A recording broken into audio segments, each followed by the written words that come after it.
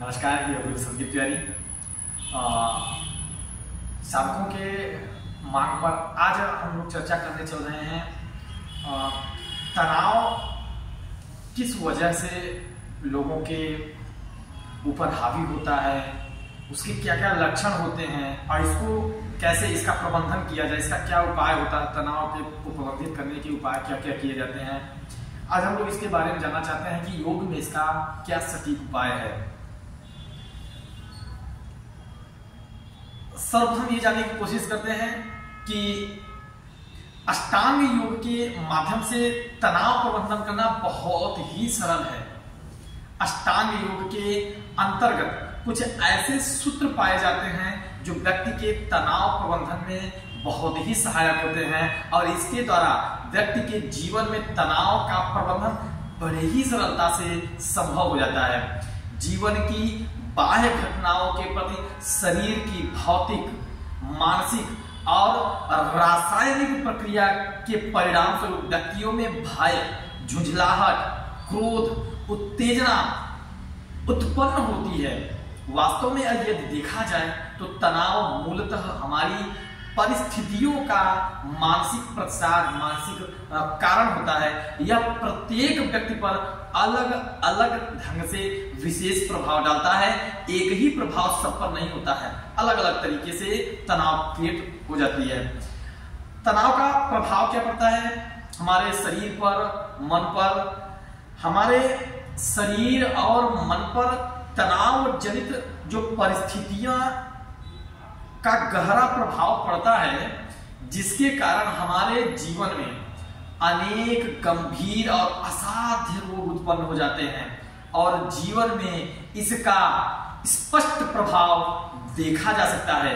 हम लोग इसके बारे में विशेष जानने की कोशिश करते हैं कि हमारे शरीर पर क्या क्या लक्षण इसके दिखते हैं कि हाँ, हम तनाव जनित हैं।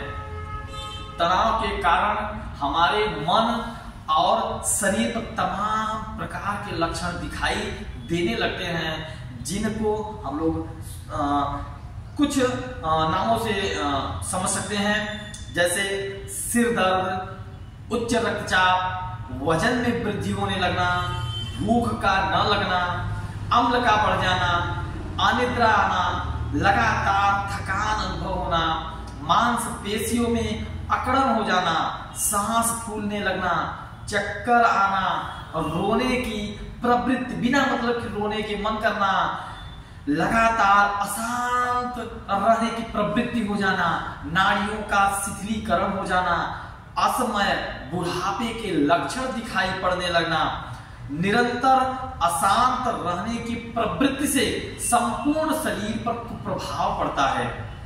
मानसिक लक्षण भी हम लोग जानने की कोशिश करते हैं। मन की अशांत की भावना बने रहना, व्यवहार में, किसी के व्यवहार में झुंझलाहट आने लगना, अवसाद में चले जाना, धन अभाव की चिंता बने रहना, असाध्य रोगों के आने का भय होना, मन में अनावश्यक भय होना, मनोविकारों जैसे काम, क्रोध, मोह शक्ति तथा लोभ का अधिकता हो जाना, हंसने और प्रसन्न रहने में अपने आप को असमर्थ पाना, अपने आप को अपराध भाव महसूस कराना, अकेलेपन की बीमारियां हो जाना, कष्टों में अधिकता तथा एकाग्रता का भी अभाव होने लगता है। इसके बारे में नशीली वस्तुओं और दवाओं का सेवन करने लगना या उस तरफ मनोभाव होना, वैयक्तिक, पारिवारिक, सामाजिक जीवन में सामंजस्य बनाने का अभाव अपने अंदर महसूस कराना, शांति के अभाव में जीवन निरंतर तनाव की स्थिति में चला जाता है। तनाव के भी कई कारण होते हैं। अभी तो हम लोग शारीरिक मानसिक लक्षण के बारे में जान रहे थे, अब हम लोग जानते हैं कि तनाव के क्या प्रमुख कारण हो सकते हैं। तनाव के अनेक कारणों से उत्पन्न होता है, किंतु इसके प्रमुख स्रोत हम लोग जानने की कोशिश करते हैं। जैसे वातावरण के कारण भी तनाव क्रिएट होता है। क्या हो सकता है? मौसम, शोर, यातायात और प्रदूषण से होने वाली परेशानियों से बहुत सारे लोग तनाव में आ जाते हैं। सामाजिक दबाव भी आता है कारण, बेरोजगारी, वित्तीय समस्याएं, काम में असहमति का होना, काम का बोझ तथा प्रियजनों के मृत्यु जनित दुखों का हो जाना भी बहुत सारे लोगों के ऊपर तनाव का कारण बन जाता है।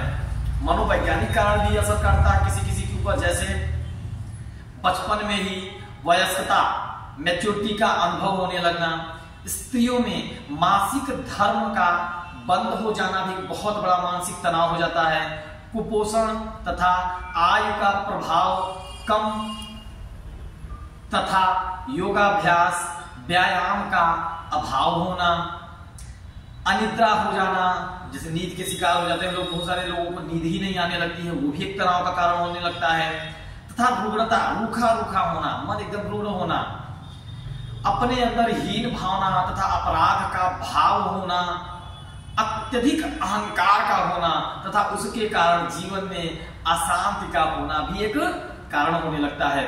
अब हम लोग इसको समझने की कोशिश करते हैं बाह्य परिस्थितियां, अब बाह्य घटनाओं के कारण भी तनाव क्रिएट होने लगती है। जैसे कभी कभी जीवन में विषम परिस्थितियां आ जाती हैं जिससे जीवन अशांत होने लगता है। इन विषम परिस्थितियों का शांतिपूर्ण सामना करना बहुत आवश्यक होता है। विचारों में उत्तेजना होने के कारण जीवन में अशांति का अनुभव होने लगता है। मानसिक रूढ़ियों के कारण भी जीवन अवसादग्रस्त होने लगता है। इच्छा के विपरीत घटने वाली घटनाओं के कारण जीवन में क्रोध एवं अशांति पैदा हो जाती है। अब हम लोग इन सारे कारणों को प्रबंधित करने के उपाय को भी जानने की कोशिश करते हैं कि तनाव प्रबंधन के हम क्या उपाय कर सकते हैं। इस संबंध में योग के 8 अंग बहुत ही प्रभावकारी सिद्ध होते हैं, जिसका अष्टांग योग नाम हम लोग भली भांति जानते हैं, और उनसे व्यक्तिगत जीवन में भी आपसी समझ और शांति उत्पन्न होती है। अष्टांग योग की जानकारी होने और इसके 8 अंगों यम, नियम, आसन, प्राणायाम, प्रत्याहार, धारणा, ध्यान और समाधि के निरंतर अभ्यास से जीवन से तनाव दूर होता है। अष्टांग योग के आसन, प्राणायाम, श्वास प्रश्वास की क्रियाओं का नियमन करना पड़ता है। इनमें सूक्ष्म व्यायामों तथा शिथिलीकरण की क्रियाएं भी सम्मिलित की जाती हैं। योग निद्रा और शवासन करने से शरीर और मन के शिथिलीकरण को बड़ा बल मिलता है। शरीर के विभिन्न चक्रों का शोधन होता है। इसके साथ ही कुंडलिनी जागरण की संभावना उत्पन्न होने के साथ मनोविकार दूर होने लगते हैं। जीवन में शारीरिक, मानसिक, भावनात्मक एवं आध्यात्मिक चेतना में एक नया संतुलन और सामंजस्य उत्पन्न होता है। चेतन और अर्धचेतन मन की शक्तियां और प्रवृत्तियां संतुलित होने लगती हैं। इससे मानव जीवन में अद्भुत शांति और संतुलन का उदय होता है, जो मनुष्य के व्यक्तिगत जीवन के लिए बहुत बहुत लाभदायक होता है।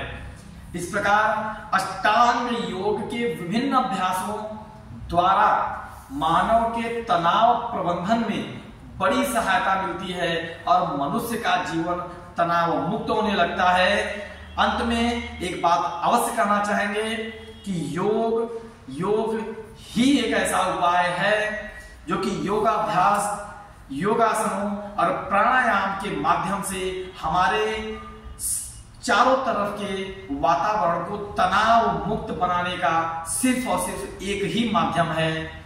करें योग, रहें निरोग, रहें स्वस्थ, रहें मस्त। योग गुरु संदीप तिवारी, नमस्कार।